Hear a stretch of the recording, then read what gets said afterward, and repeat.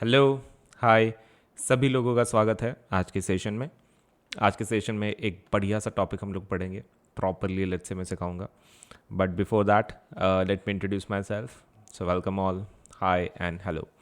सो Unacademy के ऊपर आपको सपोज से स्टडी मटेरियल पढ़ाई सबसे सपोज से हाई प्रायोरिटी पढ़ाई को दी जाती है on our platform that is Unacademy. तो आपको इतना ही करना है कि जब भी सपोज से आप सेशंस अटेंड करें तो सीरियसली करें पढ़ाई को, सपोलेट से इग्नोर ना करें। पढ़ाई से ही आपका करियर बनेगा। तो hence it has to be, let's say आपके दिमाग में हमेशा होना चाहिए कि पढ़ाई करनी है तो सीरियसली करनी है, एंड उसी से तुम्हारा करियर बनेगा।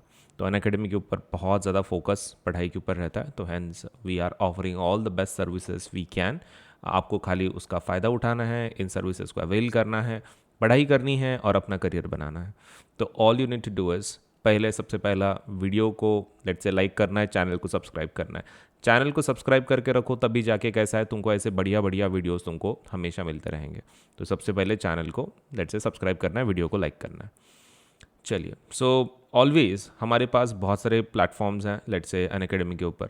सो we have different categories like JEE, NEET, CBSE, आप UPSC, MPSC. So we have so many things to offer. आप खाली लेट्स से कोई भी आप एग्ज़ाम डिसाइड कर लो, हमारे पास उस चीज़ का प्लेटफॉर्म डेफिनेटली है। आप मतलब आपके लिए प्लेटफॉर्म मतलब जो भी आप सेलेक्ट करेंगे, सपोज कोई एग्ज़ाम दे रहे हैं, हमारे प्लेटफॉर्म के ऊपर डेफिनेटली उसका प्रिपरेशन लेट्स से क्लासेस आपको मिल जाएंगे। तो ACO final exams with Unacademy plus, and उसके ऊपर आपको 10% डिस्काउंट मिल सकता है, जिसके डिटेल्स मैं बाद में बताऊंगा क्लास के बाद। लेकिन Unacademy, try to understand, is the most let's say India का सबसे बड़ा प्लेटफॉर्म है ऑफ एजुकेशन, एंड इस चीज़ का ज़रूर फ़ायदा उठाएं। पढ़ाई आपका करियर बनाएगी। तो चलिए शुरू करते हैं। So let me introduce myself first. So my name is Ajinkya Solanke, and मैं science, maths and social science का एजुकेटर हूँ। मैं तीनों सब्जेक्ट पढ़ाता हूँ, science also, maths also and social science educator as well. तो ये है मेरा introduction. Let's say I have done computer engineering, मेरा इंजीनियरिंग हुआ है, एंड लेट्स से मैं 3 सब्जेक्ट्स पे होल्ड रखता हूँ, that is science, maths and social science. तो ये था मेरा इंट्रोडक्शन। अभी हमारा सेशन शुरू करते हैं। चलिए, आज एक नया बढ़िया लेसन देखते हैं, एंड जिसका नाम है पावर शेयरिंग। तो पावर शेयरिंग के बारे में सब let's say will start. It's a brand new lesson, power sharing. तो पावर शेयरिंग ये एक टॉपिक है। सो डेमोक्रेटिक पॉलिटिक्स में, दैट इज़ पॉलिटिकल साइंस में, ये पहला टॉपिक है बेल्जियम पावर शेयरिंग के बारे में। तो पहला जो पॉइंट है, it's about Belgium and Sri Lanka. चलिए, so Belgium is a small country in Europe. Belgium कहाँ पे, लेट्स से कहाँ पर पड़ता है? यूरोप के अंदर। It's a small country, smaller in the area than the state of Haryana. वो इतना छोटा है कि हरियाणा से भी छोटा है साइज़ में। हरियाणा अपना जो स्टेट है उससे भी छोटा है। It has borders with France, Netherland, Germany and Luxembourg. तो कौन सी कंट्रीज़ सराउंड करती हैं बेल्जियम को? तो उसकी बॉर्डर्स किसको टच करती हैं? फ्रांस को, नेदरलैंड को, जर्मनी को एंड लग्जमबर्ग को। It has a population of little over than 1 crore, about half of the population of Haryana. Almost कितनी पॉपुलेशन है उनकी? 1 करोड़ की पॉपुलेशन है। और ये ऑलमोस्ट हरियाणा के कितने हैं? अपने हरियाणा स्टेट की हाफ पॉपुलेशन है। मतलब हरियाणा की कितनी होगी? 2 करोड़। और बेल्जियम की पूरी कंट्री मिला के कितनी पॉपुलेशन है? 1 करोड़। लाइक जस्ट हाफ है हरियाणा के। The ethnic composition of the small country is very complex. मतलब अंदर जो उनका जो कल्चरल डिफरेंस है वो काफ़ी ज़्यादा है, कॉम्प्लेक्सिटी ज़्यादा है एथनिसिटी की। Of the countries total population of 59% leaves in the Flemish region. 59% कहाँ पे रहते हैं? फ्लेमिश रीजन में रहते हैं। और कौन सी लैंग्वेज बात करते हैं? डच वाली लैंग्वेज यूज़ करते हैं। एंड जो बाकी के 40% है वो कहाँ पे रहते हैं? वालोनिया में रहते हैं। और कौन सी भाषा बोलते हैं? French. 59% Flemish region Dutch language बोलते हैं, और 40% वालोनिया में रहते हैं, और कौन सी लैंग्वेज बोलते हैं? फ्रेंच लैंग्वेज बोलते हैं। Remaining 1% of the Belgian speak German. बाकी के बचे हुए कौन सी लैंग्वेज बोलते हैं? जर्मन लैंग्वेज बोलते हैं। In the capital city Brussels 80% speak French while 20% are Dutch speaking. तो पूरे देश के अंदर सबसे ज़्यादा मेजॉरिटी किसकी है? डच की है। लेकिन उनके कैपिटल की सिचुएशन कुछ अलग है। बेल्जियम की कैपिटल का नाम क्या है? ब्रसेल्स। अब ब्रसेल्स के अंदर 80% फ्रेंच बात करते हैं, 20% डच है। मतलब ज़्यादा पॉपुलेशन किनकी होगी मतलब कैपिटल सिटी में? फ्रेंच लोगों की। The majority of the French speaking community was relatively rich and powerful. तो okay, the minority French speaking community कैसी है वहाँ की? बहुत ही ज़्यादा रिच है और पावरफुल है। मतलब कम संख्या होने के बाद भी वो कैसे हैं? पावरफुल लोग हैं वहाँ पे। This was resented by the Dutch speaking community who got the benefit of economic development and education much later. तो जो डच स्पीकिंग कम्युनिटी है ये उनको अच्छा नहीं लगता था, और उनको जो देश का जो डेवलपमेंट हुआ, जो भला हुआ, इकोनॉमिक डेवलपमेंट एंड एजुकेशन, ये उनको बहुत बाद में मिला। किसको बाद में मिला? डच स्पीकिंग लोगों को ये पूरा एजुकेशन, वो डेवलपमेंट उनको बहुत बाद में मिला। मतलब पहले किसने कब्जा कर लिया? Let's say French speaking people ने कर लिया, माइनॉरिटी में होने के बावजूद। This led to the tension between Dutch speaking and French speaking communities during the 1950s and 60s। इसलिए थोड़ा बहुत टेंशन था किसके बीच में? Dutch speaking community and French speaking community, क्योंकि फ्रेंच स्पीकिंग कम्युनिटी माइनॉरिटी में थी और फिर भी सपोज उसके पास अच्छा खासा पावर था, और डच स्पीकिंग मेजॉरिटी संख्या ज़्यादा होने के बावजूद, मेजॉरिटी में थे, संख्या ज़्यादा थी, फिर भी उनको इकोनॉमिक डेवलपमेंट के बेनिफिट्स नहीं मिल रहे थे। The tension between the to communities was more acute in Brussels. ये ज़्यादा टेंशन और कहाँ बढ़ रहा था? ब्रसल्स में। ब्रसल्स मतलब कौन सा? उनका कैपिटल सिटी, जहाँ पर 80% फ्रेंच थे, 20% सिर्फ डच थे। Brussels presented a special problem. अब ब्रसल्स के अंदर एक स्पेशल प्रॉब्लम था। The Dutch speaking people constituted a majority the country but a minority in the capital. तो डच लोग पूरे कंट्री के अंदर, ज़्यादा संख्या किसकी है? डच लोगों की, लेकिन जो उनका कैपिटल है वहाँ पे संख्या किसकी ज़्यादा थी? फ्रेंच लोगों की। मतलब Dutch speaking people were majority in the country but minority in the capital. Okay, तो अलग ही नाटक था वो। Now let us compare this to the situation in another country, Sri Lanka. अब श्रीलंका की बात करते हैं। Sri Lanka is an island nation. Sri Lanka is island nation, मतलब एक आइलैंड देश की जैसा। Just a few kilometres off the southern coast of Tamil Nadu. तो तमिलनाडु से कुछ ही फ्यू किलोमीटर्स के ऊपर आपको क्या मिल जाएगा? श्रीलंका मिल जाएगी। So it has about 2 crore people, about the same as in Haryana. इसकी पॉपुलेशन कितनी है? ऑलमोस्ट लाइक 2 करोड़ है, कि जो हरियाणा के पॉपुलेशन की जितनी है। Like other Nations in the south Asian region, Sri Lanka has a diverse population. Obviously बाकी के जैसे साउथ एशियन रीजन है, मतलब जैसे कंट्रीज़ हैं साउथ एशिया में, वैसे ही श्रीलंका के पास भी काफ़ी डाइवर्स पॉपुलेशन है। तो चलिए देख लेते हैं कि अलग क्या है, मतलब like why it is so diverse. The major social groups are the Sinhala speakers. वहाँ पे सबसे ज़्यादा मेजॉरिटी वाले लोग कौन है? सिन्हला स्पीकर, जिनकी पॉपुलेशन कितनी है? ऑलमोस्ट लाइक 74% पॉपुलेशन है। एंड द तमिल स्पीकर्स की पॉपुलेशन कितनी है? लाइक 18%, तो बहुत ही कम है। तो among Tamils there are 2 sub groups. देखो डिफरेंस तो डच एंड फ्रेंच में भी था, लेकिन वो डिफरेंस इतना नहीं था। तुम देख सकते हो वो डिफरेंस कितना था? 40-59 का था।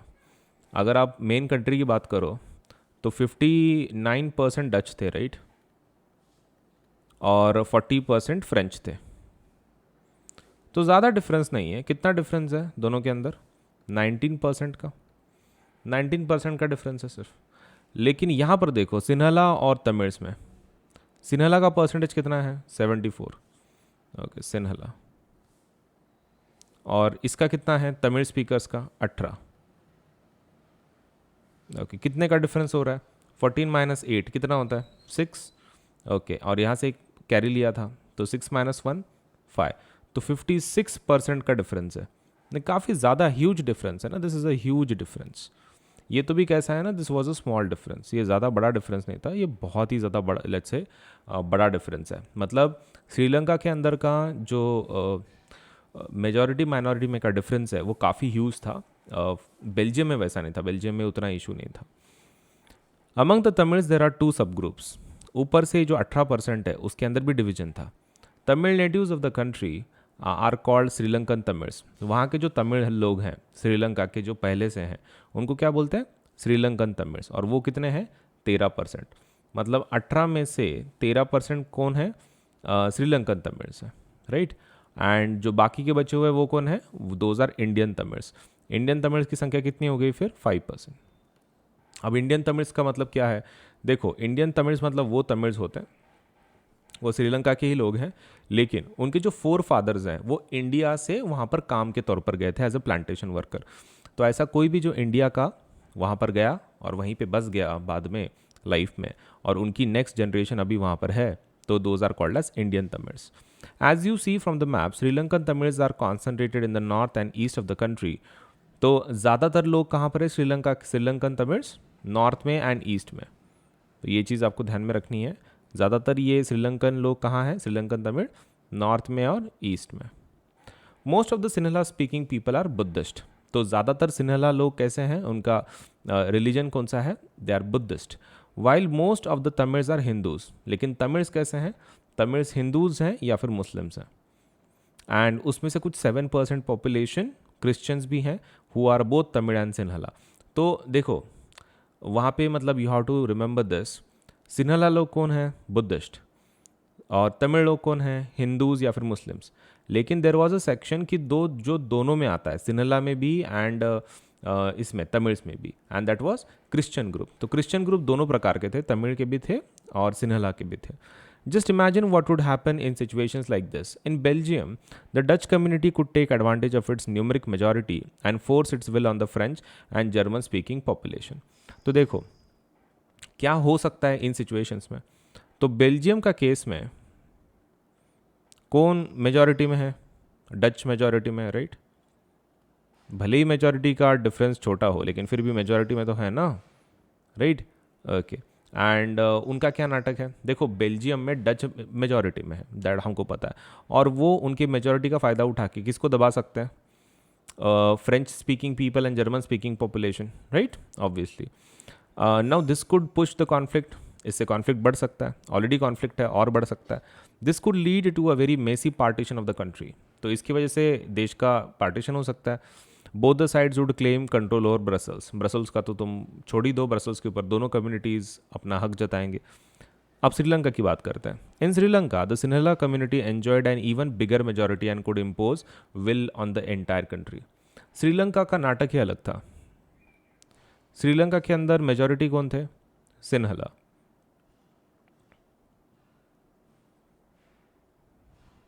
लेकिन प्रॉब्लम ये है कि जो ये वाले थे, कहाँ पर बेल्जियम वाला जो डच मेजॉरिटी है, तो वो डिफरेंस उतना ज़्यादा नहीं था, like you no it was a smaller majority. मतलब अगर हम लोग डिफरेंस की बात करें मेजॉरिटी और माइनॉरिटी में, वो ज़्यादा नहीं था, स्मॉलर मेजॉरिटी से आगे थे डच वाले। लेकिन श्रीलंका के में वैसा नहीं था, there was a huge difference. Sinhala लोग कैसे थे, बिगर मेजॉरिटी थी, बिगर मेजॉरिटी में थे कौन, सिन्हला लोग इन श्रीलंका। चलिए आगे बढ़ता है। In okay, now let us look at what happened in both the let's say both case of this in both these countries. तो हमारी ये दोनों कंट्रीज के अंदर देखते हैं कि क्या होता है आगे। चलिए, मेजोरिटेरियनिज्म इन श्रीलंका, ये समझ के लेते हैं what exactly is this. Sri Lanka emerged as an independent country in 1948। Sri Lanka कब इंडिपेंडेंस मिला उसको, 1948 में, मतलब हमसे एक साल बाद। हमको 1947 में मिला, इनको 1948 में मिला। The leaders of the Sinhala community sought to secure dominance over government by virtue of their majority. ठीक है, सिन्हला गवर्नमेंट सरकार मतलब लाइक यू नो उसके ऊपर कंट्रोल करने लग गई on the basis of what, because of their clear cut majority बहुत ज़्यादा थी उनकी, बहुत ज़्यादा पॉपुलेशन थी। बिकॉज ऑफ दैट वो ईजिली सरकार को कंट्रोल में रख सकते थे। As a result the democratic elected government adopted a series of majoritarian measures to establish Sinhala supremacy. तो जितने सपोज उन्होंने कुछ मेजर्स लिए सरकार बनने के बाद, जो डिसीजंस लिए, तो उसमें मेजर फैक्टर क्या था, मेजोरिटेरियन। अब उसका मतलब क्या होता है, तो देखो मेजोरिटेरियनिज्म का मतलब ये होता है कि कोई भी जो डिसीजन लेंगे that will be for the good of majority people. In short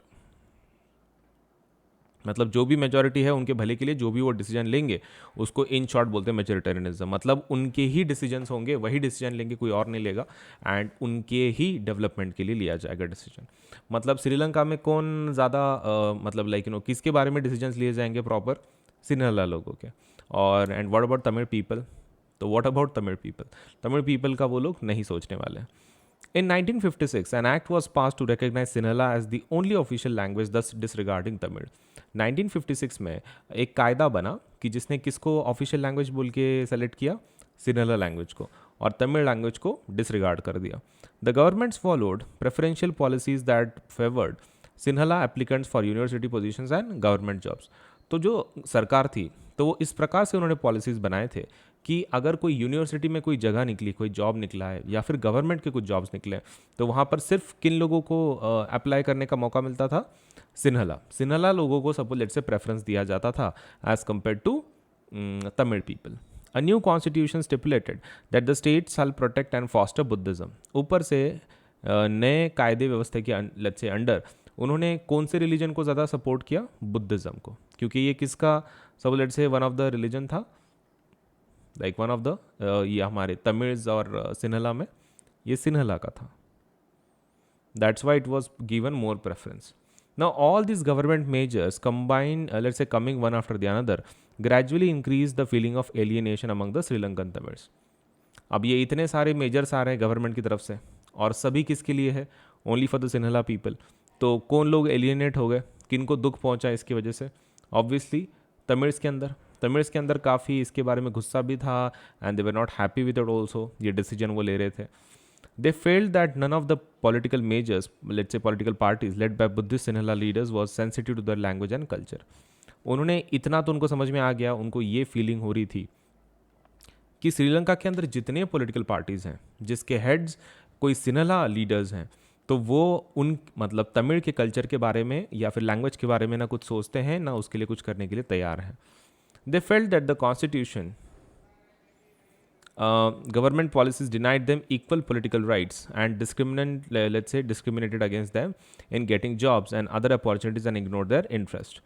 तो उनके हिसाब से कॉन्स्टिट्यूशन एंड गवर्नमेंट पॉलिसीज़ जो थे तो वो उनको इक्वल पॉलिटिकल राइट्स नहीं दे रहे थे. इक्वल पॉलिटिकल राइट्स किन को? तमिल को इन रिस्पेक्ट टू सिन्हला लोग. Discriminated against them in getting jobs, वो तो हो ही रहा था.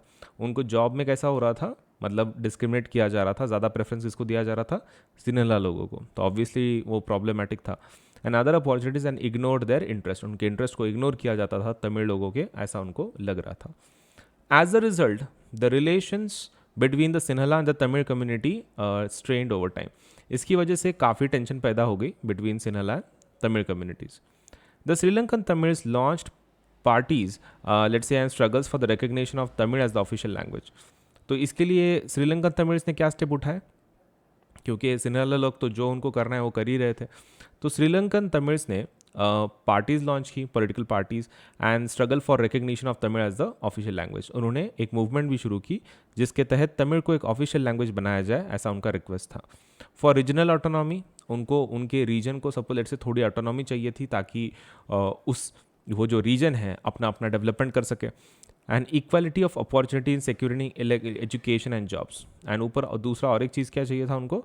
Equality of opportunity in securing education and jobs. तो अपॉर्चुनिटी इक्वल होना चाहिए, ज़्यादा प्रेफरेंस सिन्हला लोगों को दिया जा रहा था, राइट? तो वो खाली इतना बोल रहे थे कि भाई ये इक्वल होना चाहिए दोनों के लिए. But the demand for more autonomy for provinces populated by Tamil was repeatedly denied. उनको ये जो ऑटोनॉमी मांग रहे थे ये लोग in the powers let's say of the region, वो उनको नहीं दिया गया.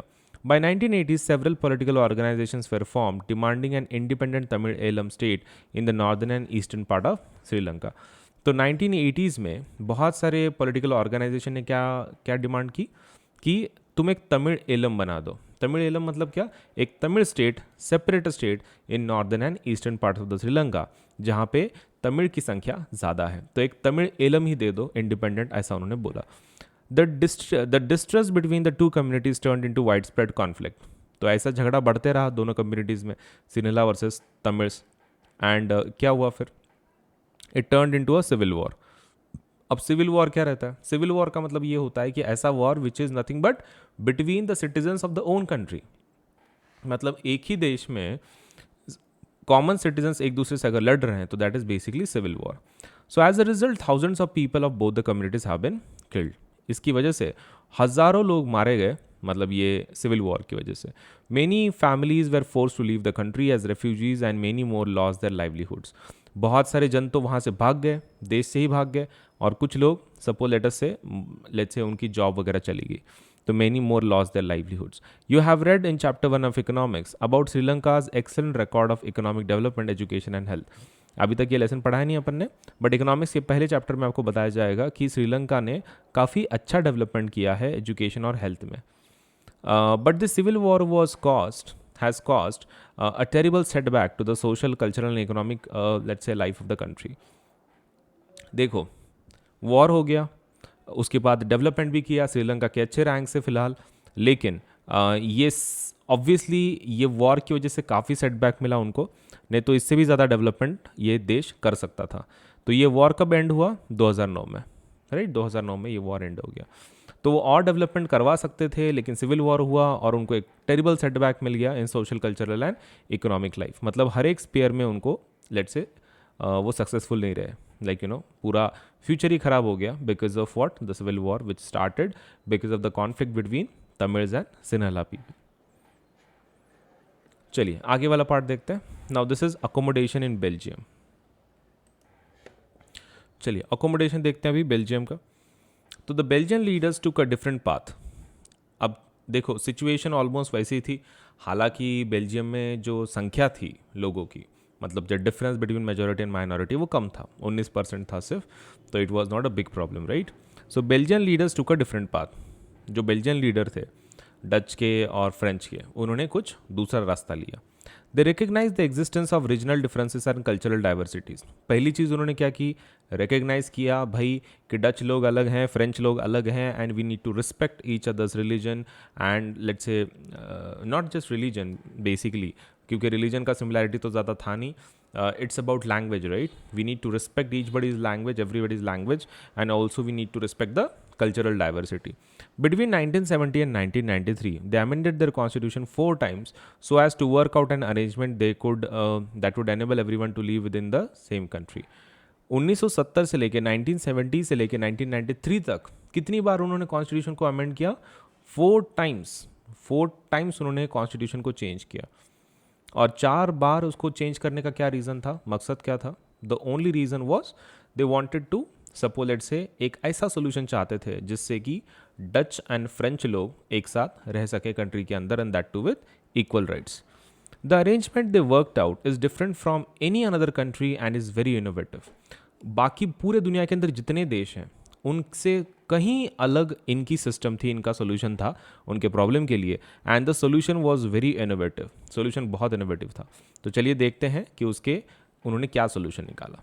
सबसे पहला, constitution prescribes that the number of Dutch and French speaking ministers shall be equal in the central government. केंद्र सरकार में, सेंट्रल गवर्नमेंट में क्या सेम चाहिए? Number of Dutch and French speaking ministers. Dutch और फ्रेंच स्पीकिंग मिनिस्टर कैसे चाहिए? Equal चाहिए, ऐसा उन्होंने बोला. पहला उन्होंने ये सपोलेट से एक एलिमेंट डाला उनके बेल्जियम मॉडल में.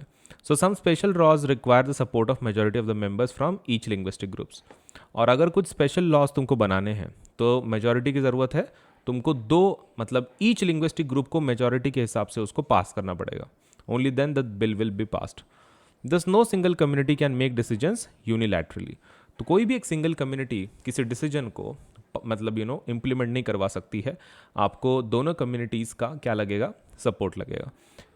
Many powers of the central government have been given to state government of the 2 regions of the country.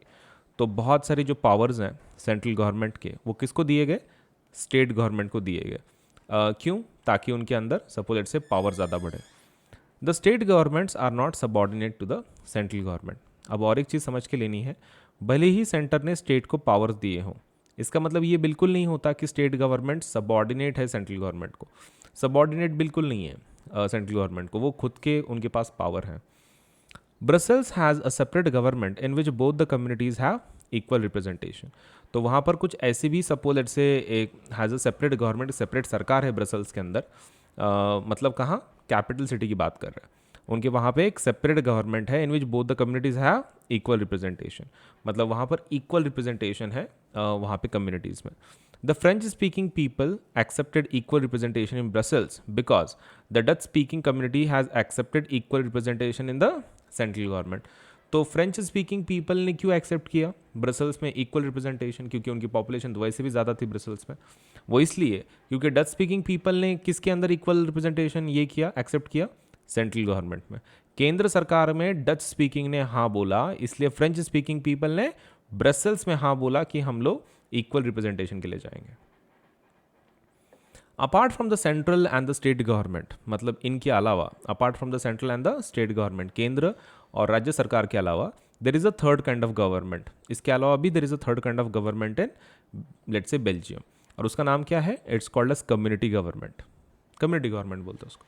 Now what is this? कौन इलेक्ट करता है ये? Is elected by the people belonging to one language community, अलग अलग language community के आते हैं, that is Dutch, French and German speaking people, they elect the people for community government, no matter where they live, कहाँ पे भी रहते matter नहीं करता है, वो उनको इलेक्ट करता है। This government has the power regarding cultural, education and language related issues. तो ये जो कम्युनिटी गवर्नमेंट है, ये किसके ऊपर कायदे बनाती है?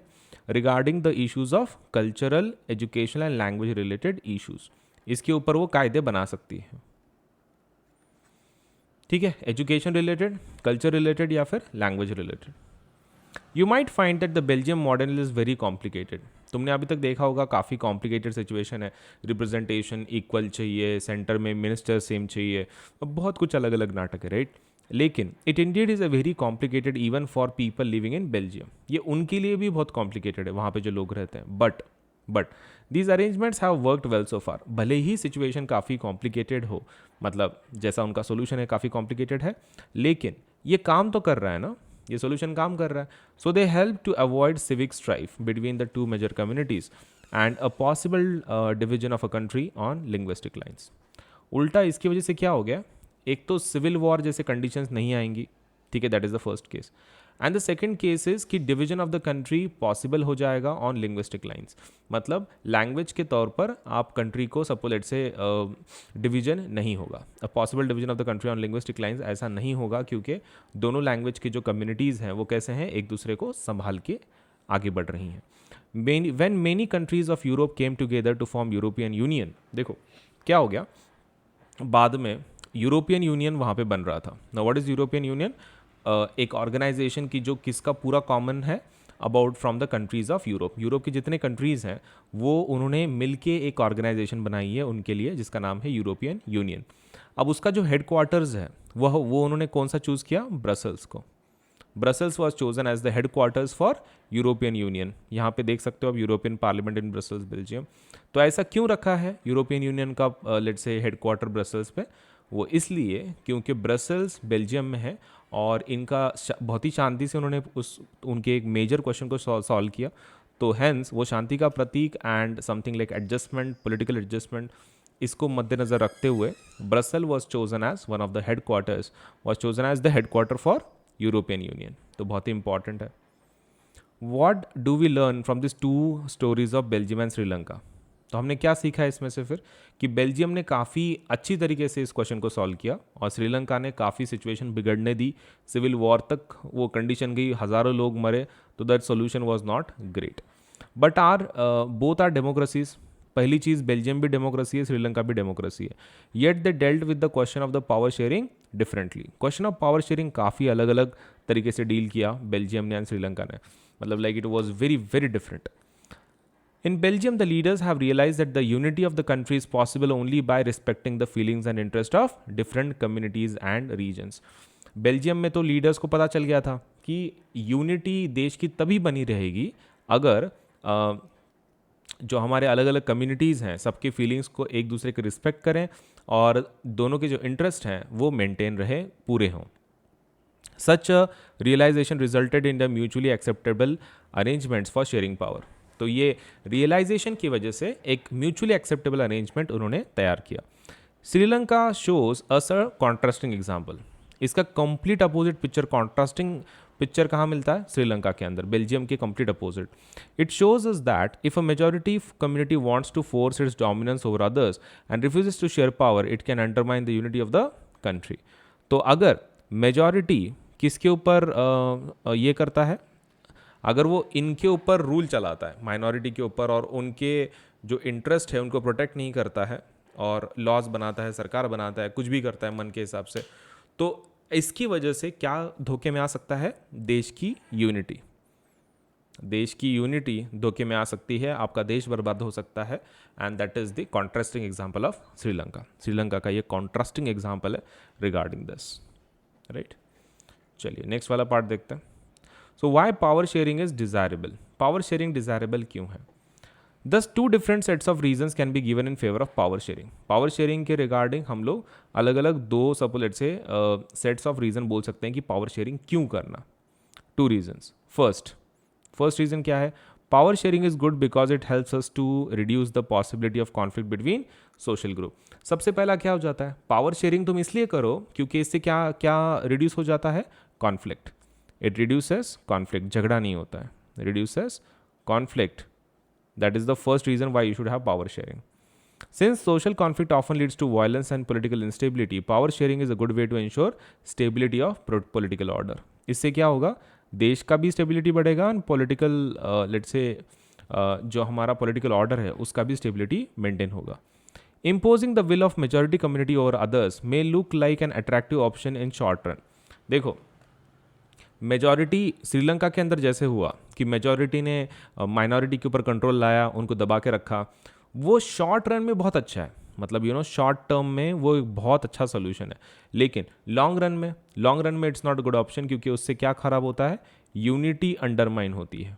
आपकी unity suppose it is getting affected. ये चीज़ ध्यान में रखना है. अगर आप सपोज लेट्स से इस तरह का कंट्रोल लाते हो मेजॉरिटी का माइनॉरिटी के ऊपर. So tyranny of the majority is not just oppressive for the minority, it often brings ruin to the majority as well. मतलब उनका जो ये है टायरनी है, ये जो डिस्पॉटिज्म है, ये जो ऐसा रूल चलाते इतना गंदा, वो सिर्फ माइनॉरिटी के लिए धोखे का नहीं है, वो खुद के इनके भी धोखे का है. किसके? मेजॉरिटी. क्योंकि देखो मेजॉरिटी माइनॉरिटी के ऊपर ये करेगी, मतलब like it will try to suppress them, and suppress करने के बाद देखो कैसा हो जाता है ड्यूरिंग दिस टाइम. वो भी तो चिड़े हुए होंगे माइनॉरिटी वाले, देश की यूनिटी खत्म हो जाएगी, राइट. एंड उसकी वजह से क्या हो जाएगा? मेजॉरिटी वालों को भी तकलीफ होगी. अगर देश तकलीफ में है तो मेजॉरिटी वाले तो भी कैसे प्रॉपरली रूल कर पाएंगे? सो दैट मीन्स यहाँ पर मेजॉरिटी खुद का ही नुकसान करके ले रही है. इन शॉर्ट हम लोग ऐसा बोल सकते हैं. तो you should have power sharing for reducing conflict को रिड्यूस करने के लिए you should have power sharing. Second thing, और एक रीज़न क्या है पावर शेयरिंग क्यों चाहिए? Deeper reason why power sharing is good for democracy. Power sharing is the very spirit of democracy. पहली चीज़, deeper reason why power sharing is good for democracy is what? Power sharing is the very spirit of democracy. Power sharing democracy में होता ही है. A democratic rule involves sharing of power with those affected by its exercise and who have to live with its effects. तो democratic rules क्या रहता है? Sharing power करना, जिससे suppose से जो भी लोग अफेक्ट हो रहे हैं वो पावर उन्हीं लोगों में डिस्ट्रीब्यूट कर देना. So people have a right to be consulted on how they are to be govern. लोगों को सपोज से ये राइट होना चाहिए, यह हक होना चाहिए कि how they are to be govern, उनको कैसे गवर्न करना है, ये पीपल के पास हक होना चाहिए. A legitimate government is the one where citizens through participation acquire stake in the system. ये और एक प्रॉब्लम, लेजिटिमेट गवर्नमेंट जो होती है, मतलब like which is let's say एक ऐसी सरकार की जिसको हम लोग लेजिटिमेट बोल रहे हैं, उसका मतलब क्या है? इसका मतलब ये होता है where citizens through participation acquire stake in the let's say system. तो legitimate system is the one where citizens through participation acquire a stake in the system. मतलब अगर वो इलेक्शंस में खड़े रहे तो उनको सिस्टम के अंदर सपोज घुसने का एक मौका मिले and acquire a stake in the system, तब जाके हम लोग क्या बोलेंगे कि the government is legitimate. Let us call the first set of reasons. ये जो हमने कॉन्फ्लिक्ट रिड्यूस होता है इसलिए पावर शेयरिंग किया ना, पहला रीजन, so that is called as prudential reason. Prudential reason रहता है. मतलब हमने प्रूडेंशियल का मतलब क्या होता है? हमने यहाँ पे ये देखा कि अगर झगड़ा होता है तो क्या होगा, suppose what are the disadvantages, what are the advantages, and disadvantages काफ़ी ज़्यादा थे, इसलिए तुमने क्या किया है, वो पावर शेयरिंग की, जैसे बेल्जियम में था, राइट. उनको पता था कि अगर झगड़ा हुआ तो कितना बड़ा झगड़ा होगा, देश की यूनिटी खतरे में आ सकती है, इसलिए उन्होंने कॉन्फ्लिक्ट रिड्यूस करने के लिए पावर शेयरिंग कर दी. वैसे रीज़न को क्या बोलते हैं? प्रूडेंशियल. एंड सेकंड रीज़न क्या होता है? मॉरल, जो अभी हमने डिस्कस किया. अभी while prudential reason stress the power sharing will bring out better outcomes, moral reason emphasise the very act of the power sharing as valuable. तो सेकंड वाला रीजन क्या है? मॉरल. तो why we should distribute the power? Because that is the right thing to do, that is the right thing to do and that is also the spirit of democracy. तो ये सही चीज़ है इसलिए करना है, इसलिए उसको क्या बोलते हैं? Moral reason. And second is prudential reason. चलिए फिर, तो ये हमारा इतना पार्ट हो जाता है. अभी नेक्स्ट सेशन में हम लोग देखेंगे the next point, that is forms of power sharing. चलिए, so thank you so much. Video को लाइक करें, चैनल सब्सक्राइब करें, बेल आइकन ज़रूर दबाएं। ठीक है, 3 चीज़ें कर लो, video like, channel subscribe, bell icon दबाना। अभी हम लोग अगले सेशन में मिलेंगे। चलिए, सो प्लस सब्सक्रिप्शन के फ़ायदे देखते हैं। Unacademy offers let's say plus subscription with a lot of let's से एजुकेशनल फैसिलिटीज़। तो प्लस सब्सक्रिप्शन में आपको क्या क्या मिलेगा, हम लोग उसका डिटेल देखते हैं, और ये इसके रेट्स कैसे हैं, क्या है, सब कुछ हम लोग डिटेल में डिस्कस करेंगे। तो देखो, अनअकैडमी का जो प्लस फीचर्स हैं वो आपके लेट्स से अब जो बिलो मेंशन्ड फीचर्स हैं वो है। चलिए देखते हैं एक एक फीचर। सबसे पहला, learn live let's say from the comfort of your home. तो आप एक तो लाइव पढ़ सकते हैं और वो भी आपके घर बैठे। देखो, एक तो आजकल कैसा है, कोविड की सिचुएशन काफ़ी वर्स्ट हो चुकी है, तो ये डेफिनेटली आपको सपोज़ घर बैठे अगर पढ़ने का मौका मिल रहा है तो definitely you should go for this, right. इसका लेट्स से नॉर्मल रेट में खाली बता देता हूँ। देखो, 12 महीने का ऑलमोस्ट कितने को पड़ता है, 15,000 को पड़ता है। ठीक है, 15,000, ये 15,000 का है। ऑब्वियसली इसके ऊपर डिस्काउंट है, लेकिन 15,000 is the price for 12 months, 12 महीने के लिए ये प्राइस है। चलिए, अभी हम लोग देखते हैं एक एक फ़ीचर। तो आप घर बैठे सपोज ये 15,000 रुपये में आपको पूरे फीचर्स मिल जाएंगे। किधर जाने की ज़रूरत नहीं है, घर बैठे सिर्फ आपका टैबलेट चाहिए या फिर मोबाइल चाहिए या फिर लैपटॉप चाहिए, पीसी, आप घर बैठे मस्त पढ़ सकते हैं, किधर जाने की ज़रूरत नहीं है। Second thing is you get unlimited access to all the courses. जितने कोर्सेज हैं सभी कोर्सेज को क्या मिल जाता है, आपको अनलिमिटेड एक्सेस मिलता है। Now what is the meaning of that? देखो, अनलिमिटेड एक्सेस का मतलब ये होता है कि जैसे कि मान लो आप आपके लोकल ट्यूशन को जब ज्वाइन करते हो तो कैसा रहता है, आप एक पर्टिकुलर कोर्स को ज्वाइन करते हो, जैसे कि साइंस की ट्यूशन लगा ली या फिर मैथ्स की लगा दी या फिर मैथ्स एंड सोशल साइंस की लगा दी, बस दैट्स इट। और आपके जितने बाकी के कोर्सेज वहाँ पर अवेलेबल है वो आपको अवेलेबल नहीं होते ट्यूशन में। लेकिन अनअकैडमी के ऊपर वैसा नहीं है। जब आप किसी कोर्स को अप्लाई करते हो, मतलब जनरली आप कोर्स को अप्लाई नहीं करते हो, आप सिर्फ प्लस सब्सक्रिप्शन लेते हो, तो आपको जितने कोर्सेस हैं आपके क्लास के वो सभी एक्सेसिबल हो जाते हैं।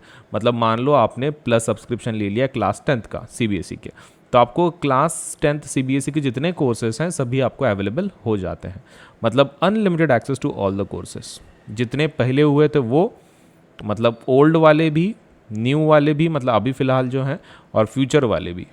मतलब it is something like this कि ओल्ड, present, मतलब suppose let's say if I really want to put it in terms of English, तो that is like past, present and future। ऐसे सभी आपको सब कोर्सेज जो भी हैं हमारे पास, जो पहले थे, अभी चल रहे हैं या फिर फ्यूचर में आने वाले हैं, आपका सब्सक्रिप्शन जब तक एंड नहीं होता फ्यूचर के कोर्सेज भी एक्सेस कर सकते हैं, राइट। लेकिन आपका एक सब्सक्रिप्शन एंड होने के बाद आप फ्यूचर कोर्सेज को एक्सेस नहीं कर सकते हैं। Next is about the top educators of India on one platform. एक ही प्लेटफॉर्म पे आपको इंडिया के टॉप एजुकेटर मिल जाता है। मतलब आपको ढूंढने की ज़रूरत नहीं है कि भाई मैथ्स के लिए कौन अच्छा है, साइंस के लिए कौन अच्छा है, एसएसटी के लिए कौन अच्छा है। You can go through the list, आप वो लिस्ट में से चूज़ कर सकते हैं। अब उसमें एक चीज़ बहुत इंपॉर्टेंट ये है कि जब आप ये पढ़ रहे हो, जब आप ये सीख रहे हो, तो उसमें कैसा है कि जब आप कोई लोकल ट्यूशन को ज्वाइन करते हो तो वहाँ पे कैसा रहता है, एक ही टीचर रहता है, एक ही टीचर सब कुछ पढ़ा देता है। या फिर सपोज लेट से मान लो आपके कोई साइंस के टीचर हैं, तो आप बीच में बदल नहीं सकते। आपको अगर सपोज लेट से बीच में समझ ना आ रहा हो तो आपके पास ऑप्शन नहीं है, वही टीचर से पढ़ना पड़ेगा। लेकिन इधर वैसा नहीं है। अनअकैडमी के ऊपर कैसा है प्लस सब्सक्रिप्शन के अंदर कि आपके पास बहुत सारे हमारे पास ऑप्शन है एजुकेटर्स के। अब जैसे आपका टीचिंग स्टाइल, आपको जिस टीचर का अच्छा लगता है आप उनके लेक्चर्स अटेंड कर सकते हैं। और सपोज से बीच में अगर आपको लगता है कि आपको सपोज से वो टीचर का समझ में नहीं आ रहा है, you can switch to another teacher, आप दूसरे टीचर को भी ज्वाइन कर सकते हैं। अब इसमें कैसा है कि हर एक का जो लर्निंग कर्व रहता है स्टूडेंट का वो अलग रहता है। मतलब हो सकता है कि किसी के लिए एक टीचर बहुत अच्छा हो और दूसरे स्टूडेंट के लिए वही टीचर बहुत बेकार हो सकता है, क्योंकि उसको टीचिंग स्टाइल समझ में नहीं आ रहा है या फिर वो उससे कनेक्ट नहीं हो पा रहा है वो particular let's say teaching style से। तो टीचिंग स्टाइल सबका अलग अलग होता है। एंड हमारे यहाँ पे इतने एजुकेटर्स होने की वजह से बहुत सारे अलग अलग स्टाइल्स में आपको पढ़ने का मौका मिलेगा। तो आपको जैसे अच्छा लगता है, जिस प्रकार की टीचिंग अच्छी लगती है, आप उस हिसाब से पढ़ सकते हैं from the top educators of India. जो भी आपको टीचर अच्छा लगता है उनके क्लास में जाके बैठ के आप सीख सकते हैं। मतलब आपके पास चॉइस है, इन शॉर्ट बहुत सारी चॉइसेस हैं। Next thing is about regular doubt clearing and answer writing session. तो देखो, प्लस सब्सक्रिप्शन में कैसा रहता है कि आपके हर fourth period, every fourth period is a doubt session. Every fourth period in plus subscription is a doubt session रहता है। अब डाउट सेशन का मतलब क्या होता है? डाउट सेशन मतलब एक पूरा पीरियड डेडिकेटेड रहता है फॉर द डाउट्स जो भी आपके हैं, आप पूछ सकते हैं, टीचर आपको उसके आंसर करेगा। डाउट सेशन का मतलब एक अच्छी बात यह है कि आपको सपोज लेटर से मतलब पढ़ाई के अंदर कैसा रहता है, टीचर तो अच्छा पढ़ाने ही वाले हैं यहाँ पर, और उसके बाद आपके जो भी खुद के पढ़ने के बाद अगर कुछ डाउट्स हैं तो आप डाउट्स पूछ सकते हैं बीच में। तो जैसे जैसे टीचर पढ़ा रहे हैं वैसे वैसे खुद भी पढ़ना है, और जब फोर्थ पीरियड आएगा तो टीचर से पूछ लेना है, मतलब आपके डाउट्स भी क्लियर हो जाते हैं। अगर डाउट क्लियर हो गए तो कॉन्सेप्ट ही पूरा समझ में आ गया, मतलब 100% मार्क्स तो मिलना ही मिलना है, right? Okay, next point is about and also answer writing session. Answer writing sessions भी होते हैं जिसके आंसर सपोलेट से आंसर किस प्रकार से लिखने चाहिए, क्या लिखने चाहिए, उसके भी सपोलेट से टीचर आपको गाइड करेगा regarding the same. Next is about exhaustive coverage of the syllabus. ये एक बहुत इंपॉर्टेंट पॉइंट है। कैसा रहता है, जो भी हमारे पास सिलेबस है, लेट्स से जो भी हम पढ़ा रहे हैं, वो आपको डिटेल में विद पॉइंट टू कट पूरा सपोलेट से पहले से एंड तक पढ़ाया जाएगा। मतलब ऐसा कभी नहीं होगा कि समथिंग लाइक कोई तो भी पॉइंट आपने मिस कर दिया, ऐसा सपोलेट से इट विल नेवर हैपन। आपके हर एक सपोज जो भी सिलेबस में पॉइंट्स हैं वो आपके कवर किए जाएंगे प्लस सब्सक्रिप्शन के अंदर। प्लस सब्सक्रिप्शन के अंदर डेफिनेटली वो सपोलेट से सभी जो भी प्लान लेट्स से आपके ये हैं सिलेबस है, वो पूरा ऑफिशियल सिलेबस जैसे सीबीएसई ने दिया है वैसे ही कंप्लीट किया जाएगा। तो exhaustive coverage of the syllabus मतलब आपको टेंशन नहीं रहेगा कि भाई कोई टॉपिक कवर हुआ नहीं हुआ। Then there is mentorship and guidance programme. तो एक मेंटरशिप भी दिया जाता है सपोलेट से, आपने क्या करना है, गाइडेंस काउंसलर टाइप आपको वो भी दिया जाता है सपोलेट से प्लस फीचर्स में। मेंटरशिप एंड गाइडेंस प्रोग्राम वो भी दिया जाता है। उसके बाद अनएकेडमी के प्लस फीचर में देर is one more feature that is study material. आपको स्टडी मटेरियल भी पीडीएफ फॉर्मेट में मिल जाता है। मतलब टीचर जो पढ़ा रहा है, सपोज मान लो कोई एक पीपीटी पे कोई एक टीचर पढ़ा रहा है, वो पीपीटी आप डाउनलोड कर सकते हैं, आप सपोलेट से उसको प्रिंट कर सकते हैं, आप उसको सेव करके रख सकते हैं, तो पीडीएफ फॉर्मेट में आपको स्टडी मटेरियल मिल जाएगा। मतलब जब लेक्चर, हर एक जो लेक्चर होता है ना, हर एक जो पीरियड होता है वो सेव होता है अनएकेडमी के सर्वर पे। एंड जब आप वो उस वीडियो को खोलोगे तो नीचे किस चीज़ का ऑप्शन आएगा, पीडीएफ का। नीचे पीडीएफ का ऑप्शन आएगा, और ये पीडीएफ का ऑप्शन को क्लिक करते ही आप सपोज लेट से वो स्टडी मटेरियल आपको एक्सेसिबल हो जाएगा। तो वेरी सिंपल ऑप्शन, अगर आप suppose let say study material आपको पीडीएफ फॉर्मेट में मिल जाएगा। Next part is about practice test. आपके प्रैक्टिस के लिए बहुत सारे टेस्ट ऑर्गेनाइज किए जाते हैं। जैसे कि कैसा रहता है ना, जब कोई चीज़ आप सीखते हो तो आप खुद से पढ़ते हो, लेकिन उसके ऊपर अगर तुमने टेस्ट नहीं दिया, प्रैक्टिस टेस्ट नहीं दिया, तो कैसा हो जाता है, आप सपोज लेट से पता ही नहीं चलता आपको सपोज नॉलेज है भी कि नहीं है, कि सच में मतलब लाइक एवरीथिंग इज़ लेट से कैसा है, एक बैलेंस नहीं मिलता, आपको समझ में नहीं आता कि सच में सिलेबस कंप्लीट हुआ है आपसे कि नहीं। तो the best way to check कि आपके सिलेबस आपने कंप्लीट किया है कि नहीं इज़ टू गिव टेस्ट। अगर आप टेस्ट दोगे तभी तो पता चलेगा कि हाँ आपका सपोज लेट से कोई चीज़ कंप्लीट हुई है। Next thing is about live test series. Live test series एक प्रकार है। अब इसके अंदर कैसा रहता है कि आप टेस्ट सीरीज़ लाइव फॉर्मेट में दे सकते हैं। तो लाइव टेस्ट सीरीज़ भी एक सपोलेट से ऑप्शन है जिसके अंदर आप टेस्टिंग खुद का करवा सकते हो। देखो, testing is really important because once you understand the concept, आपको ये पता होना चाहिए कि आप उसके ऊपर के क्वेश्चन सॉल्व कर पा रहे हो कि नहीं कर पा रहे हो। Because if you can't, so that means आपको टॉपिक समझा नहीं है, तो फिर आप उन टॉपिक्स को रिवाइज करवा सकते हैं। कैसा रहता है ना, it helps you a lot regarding suppose let's say live test series. Live test series ये आपको काफ़ी मदद करेगी regarding this, in the sense कि आपको कैसा मिल जाता है, एक आइडिया मिल जाती है कि हाँ बाबा इसके ऊपर सपोज लेट्स से मेरा टॉपिक ये कंप्लीट है, इसलिए टेस्ट सीरीज देना बहुत इंपॉर्टेंट है। And Unacademy knows this, so hence ये फीचर आपको अवेलेबल करा के दिया गया है। Now there is also something called as batch courses. Batch courses भी हैं, मतलब एक बैच रहती है, एक बैच में आपके सभी सब्जेक्ट कंप्लीट हो जाते हैं, जैसे कि science, maths, social science, English. तो उसकी एक बैच बनती है, तो उसी बैच के अंदर आपका सिलेबस पूरा कंप्लीट हो सकता है। तो मतलब this is also one of the options which is available. Next thing is about मतलब apart from all these features there are some extra features, मतलब और भी कुछ बाकी है। और उसमें क्या है, सबसे पहला है daily practice section. Daily practice section भी होता है, मतलब आपके सपोज लेट से डेली बेसिस पे सब्जेक्ट वाइज प्रैक्टिस करवाते हैं, जैसे कि साइंस हो गया या फिर मैथ्स हो गया, तो उसके प्रैक्टिस सेशंस होते हैं। Apart from that there is weekly mock test series. Weekly test series भी होती है जिसके अंदर आपके टेस्ट होते हैं. Suppose let's say you can check yourself की नॉलेज आपको सच में है कि नहीं है, कैसा है, everything you can get right. उसके बाद लाइव क्विजेस भी होते हैं.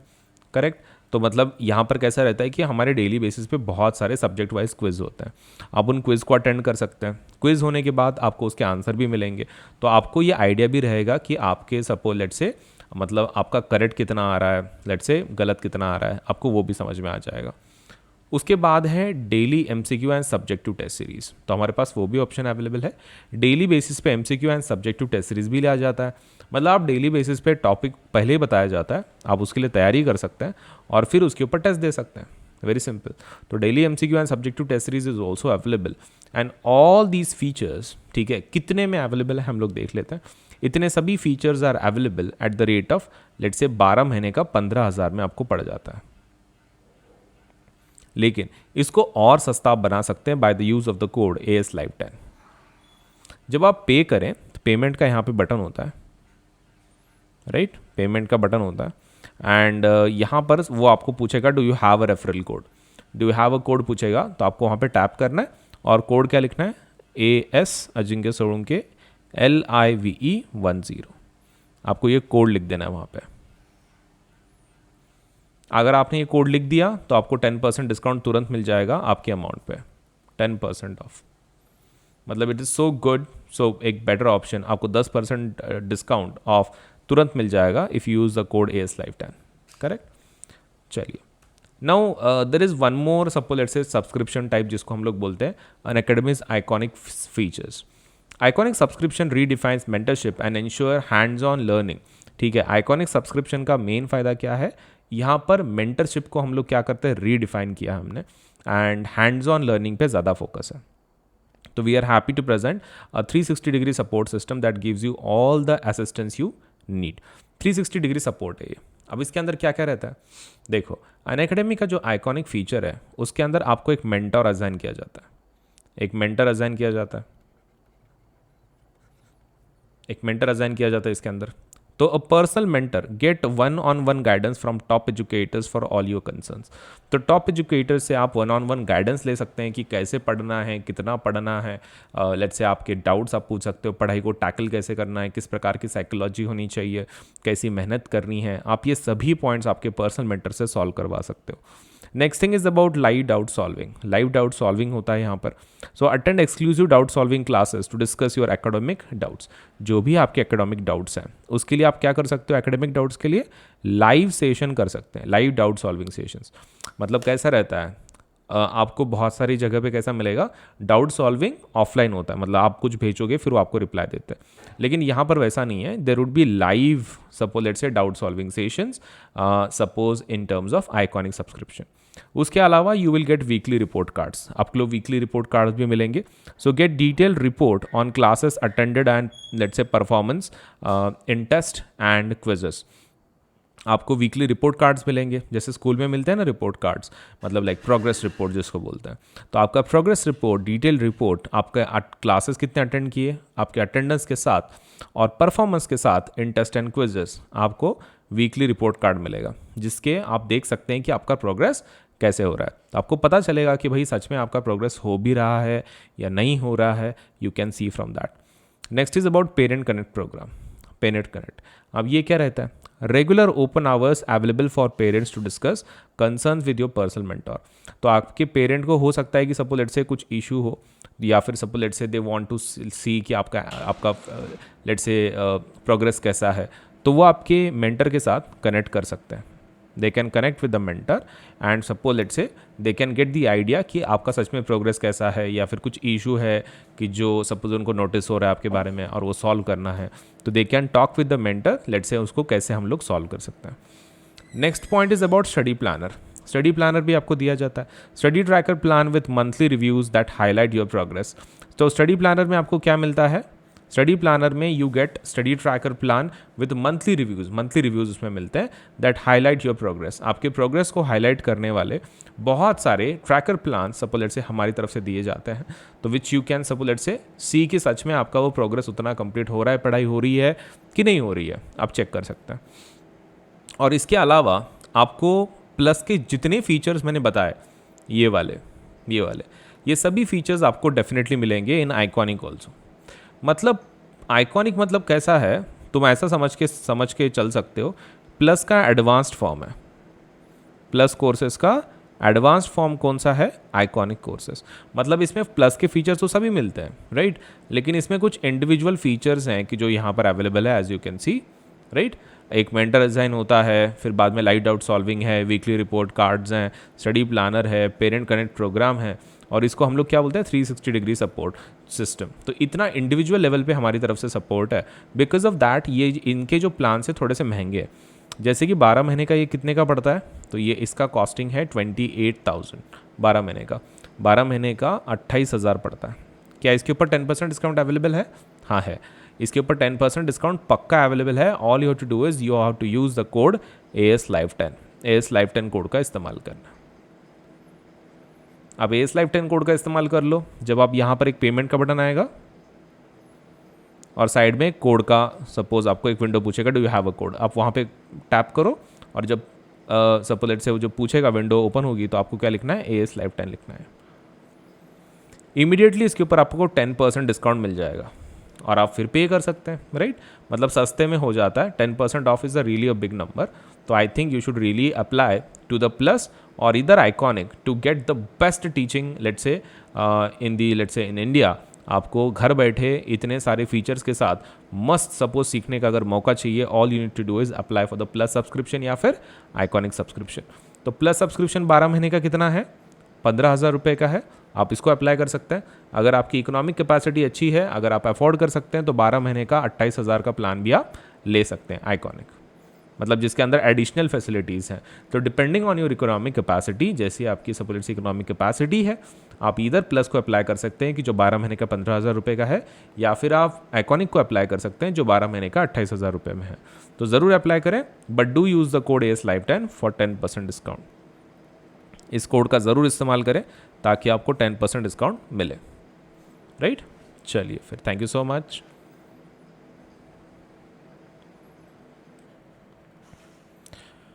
चलिए तो एक नए इसके बारे में जानते हैं। ये एक one of the scholarship kind of exam है जो अनअकैडमी की तरफ से दिया जाता है। Introducing India's largest scholarship test, that is Unacademy's compete exam, and you have a chance to win scholarship for ₹1 crore इसमें दिया जाता है। तो ये काफ़ी बड़ा सा सपोज से एक एग्ज़ाम है, एंड इसके लिए आप कोड इस्तेमाल कर सकते हैं ASLive10, राइट। ASLive10 आप इस्तेमाल कर सकते हैं द कोड। तो हर संडे एक एग्ज़ाम होता है, कॉम्पिट एग्ज़ाम, आप इसके अंदर दे सकते हैं। And Unacademy provides almost like a scholarship of 1 crore in this. तो क्या होता है इस एग्ज़ाम के अंदर? तो देखो, अनअकैडमी का जो कॉम्पिट एग्ज़ाम है, first thing it's compete, crack, conquer. 3 चीज़ों के ऊपर हम लोग ज़्यादा फोकस करते हैं। एक होता है कम्पीट, एक होता है क्रैक, एक होता है कॉन्कर। तो आप कम्पीट, क्रैक, कॉन्कर तीनों कर सकते हैं। India's biggest free scholarship test, ये एक तो कैसा है कि इंडिया की सबसे बड़ी एक फ्री स्कॉलरशिप टेस्ट है। मतलब आपको ये टेस्ट को देने के लिए कोई भी फ़ीस नहीं भरनी पड़ती है, आप फ्री में दे सकते हैं, कोई दिक्कत नहीं। तो ये इंडिया का सबसे बड़ा फ्री स्कॉलरशिप टेस्ट है, तो डेफिनेटली आपने इसको लेना चाहिए। ये कौन से स्टूडेंट्स के लिए है? तो this is for the CBSE class 9th and 10th students. तो class 9th and class 10th के स्टूडेंट्स के लिए ये पर्टिकुलर स्कॉलरशिप का टेस्ट है। इसमें फ्री रजिस्ट्रेशन है, आप रजिस्ट्रेशन का टेंशन ना ले। Registration is totally free, no let's say cost for registration. आप रजिस्ट्रेशन फ्री में करवा सकते हैं। एंड 1 ईयर का प्लस सब्सक्रिप्शन मिलेगा फॉर टॉप 3 विनर्स। तो इस पर्टिकुलर एग्ज़ाम में टॉप 3 विनर्स को क्या दिया जाएगा? 1 साल का प्लस सब्सक्रिप्शन दिया जाएगा। 1 साल का प्लस सब्सक्रिप्शन दिया जाता है for the top 3 winners of let's say Unacademy's compete exam, and it is available in English and Hindi both. English Hindi both में suppose let's say this exam is available, तो आप दोनों में से कोई भी एक दे सकते हैं। Also you have a chance to win let's say from a scholarship pool of 1 crore, let's say, and do obviously इसको terms and conditions apply हैं star, so terms and conditions are applied। लेकिन आपने उसका tension नहीं लेना, लेकिन generally आपने सिर्फ एग्ज़ाम देना है, और अगर आप टॉप 3 में आते हैं तो आपको 1 साल का प्लस सब्सक्रिप्शन मिल जाएगा अनअकैडमी की तरफ से, वो भी फ्री ऑफ कॉस्ट।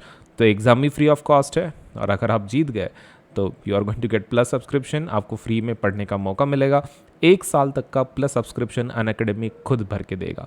तो Unacademy is going to support you with 1 year of plus subscription. तो the exam is going to be conducted let's say in English and Hindi both. And next वाला exam कब है ये कॉम्बैट एग्जाम का? तो this is going to be conducted on 9th May let's say for class 10th सुबह 11 बजे होगी, और सो जो क्लास 9th है उसके लिए सुबह 12 बजे होगी। तो दोनों की टेस्ट के टाइमिंग्स अलग अलग हैं। तो kindly please note, class 10th का एग्ज़ाम कब है? 11 बजे, और क्लास 9th का एग्ज़ाम कब है? 12 बजे। तो ये दोनों टाइमिंग्स नोट कर ले, क्योंकि ये दोनों टाइमिंग्स आपको पता होनी चाहिए कि क्लास 9th का 12 बजे है और क्लास 10th का 11 बजे है। और suppose let's say this is going to be the India's biggest free scholarship test, तो ज़रूर दे ताकि आपको 1 साल का प्लस सब्सक्रिप्शन मिल जाए अगर आप टॉप 3 में आते हैं तो। And do remember this exam is in both English and Hindi, free registration है। एंड जब आप एनरोल करें, ठीक है, एनरोल करने के लिए और जब आपको एक कोड पूछेगा कि सपोज लेट्स से एनरोल करते वक्त इस एग्ज़ाम के लिए, and all you have to do is you have to use the code AS Live 10। आपको किस कोड का इस्तेमाल करना है? AS Live 10। आप AS Live 10 कोड का इस्तेमाल करें और आपको 10% डिस्काउंट तुरंत मिल जाएगा ऑन योर लेट्स से जो भी आप सपोज लेट्स से एक तो आपको 10% डिस्काउंट इसके ऊपर भी मिलेगा आप अगर सब्सक्राइब कर रहे हैं तो। और AS Live 10 you can also use for registration purpose. So registration purpose के लिए इस कोड का ज़रूर इस्तेमाल करें, दैट इज़ AS Live 10। और कॉम्बैट एग्जाम को दे, this is the India's biggest let's say largest let's say scholarship test and which offers a scholarship worth around like let's say 1 crore के स्कॉलरशिप्स इस पर्टिकुलर एग्जाम के through दिए जाते हैं Unacademy की तरफ से। तो do use the code AS Live 10 and जरूर रजिस्टर करें, एनरोल करें for the combat exam. Unacademy combat exam that is compete crack conquer, right? Okay, so इस एग्ज़ाम को ज़रूर दें। फिर भी डिटेल्स में एक बार बता देता हूँ, 1 साल का प्लस सब्सक्रिप्शन मिलेगा और ये 3 विनर्स के लिए है। मतलब ये एग्ज़ाम पहली चीज़ क्लास 9th और 10th के बच्चों के लिए है। ये इंडिया की सबसे बड़ी फ्री स्कॉलरशिप टेस्ट है। इसमें फ्री रजिस्ट्रेशन है, आपको कुछ फ़ी पेस करने की ज़रूरत नहीं है। Suppose let's say for registration purpose 1 साल का प्लस सब्सक्रिप्शन आपको मिलेगा अगर आप टॉप 3 विनर्स में आते हैं। इंग्लिश और हिंदी में ये सपोज लेट्स से ये पर्टिकुलर टेस्ट अवेलेबल है and almost like you stand a chance to win a scholarship pool of 1 crore plus. तो 1 करोड़ प्लस का आपको लेट्स से सब्सक्रिप्शन जीतने का मौका है। तो ज़रूर एनरोल करें। और class 10th suppose let's say 1 साल का 1 करोड़ तक की स्कॉलरशिप दिए जाते हैं इसके अंदर, और 1 साल का सब्सक्रिप्शन मिल जाएगा अगर आप टॉप 3 में आते हैं तो नेक्स्ट कॉम्बैट कब है? 9th May को क्लास 10th का सुबह 11 बजे है, क्लास 9th का 12 बजे है। तो ज़रूर इस टेस्ट को दें एंड अपना suppose let's say stand a chance to win a scholarship that is 1 year plus subscription if you are in the top 3। So ज़रूर एनरोल करें with the use of the code AS Live 10। AS Live 10 code को इस्तेमाल करें।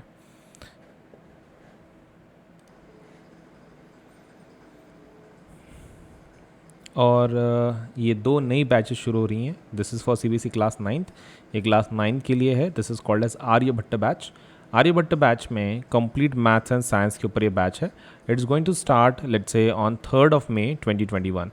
3rd of May of 2021 को शुरू होने वाला है, दैट मीन्स शुरू हो चुका है। अर्शदीप कौर मैथ्स पढ़ाने वाली हैं इसके अंदर, और Akshay Upadhyay would be teaching science. तो अक्षय सर क्या पढ़ाएंगे? साइंस पढ़ाएंगे, और अर्शदीप मैडम क्या पढ़ाएंगी? मैथ्स पढ़ाएंगी। तो ये मैडम सिर्फ ट्यूसडे एंड थर्सडे को पढ़ाएंगी 5 से 6:30 बजे तक, राइट? एंड जो अक्षय उपाध्याय सर हैं वो कब पढ़ाएंगे? मंडे, वेनसडे एंड फ्राइडे को पढ़ाएंगे 7:15 से 8:15 तक, 7:15 to 8:15 तक ये पढ़ाएंगे, राइट? तो इनके बैच का टाइमिंग क्या है? 7:15 to 8:15, that is Monday, Wednesday, Friday. And Arshdeep madam का कहाँ तक लेट्स से टाइमिंग क्या है? 5 to 6:30, that is from Tuesday and Thursday. अब इसके अलावा हर एक फंडे को एक नई बैच लॉन्च हो जाती है। There is another batch that is for CBSE class 9th। इसके अंदर जो 3rd of May से शुरू होने वाली है, इसके अंदर डॉक्टर भावना अग्रवाल साइंस पढ़ाएंगी एंड उनके जो डेज़ होंगे वो होंगे ट्यूसडे, थर्सडे एंड सैटरडे 7 से 8 बजे तक। तो रात को 7 से 8 बजे तक इनकी क्लासेस चलेंगी। और विनय बजाज सर इन ये मैथ्स पढ़ाएंगे, और ये मंडे, वेनसडे, फ्राइडे पढ़ाएंगे 5 से 6 बजे तक। तो 5 से 6 बजे तक Monday, Wednesday, Friday Vinay Bajaj sir maths पढ़ाएंगे, और डॉक्टर भावना अग्रवाल साइंस पढ़ाएंगी ट्यूसडे, थर्सडे, सैटरडे 7 से 8 बजे तक। तो subscribe for the class 10th and get let's say class 10th and 12th now. Subscription आपको फ्री मिलेगा। अगर आप सब्सक्राइब करते हैं 9th के लिए तो you will get class 10th, 11th, 12th subscription for free. And these the new batches are launched every Monday. हर एक मंडे को नई बैच लॉन्च हो जाती है.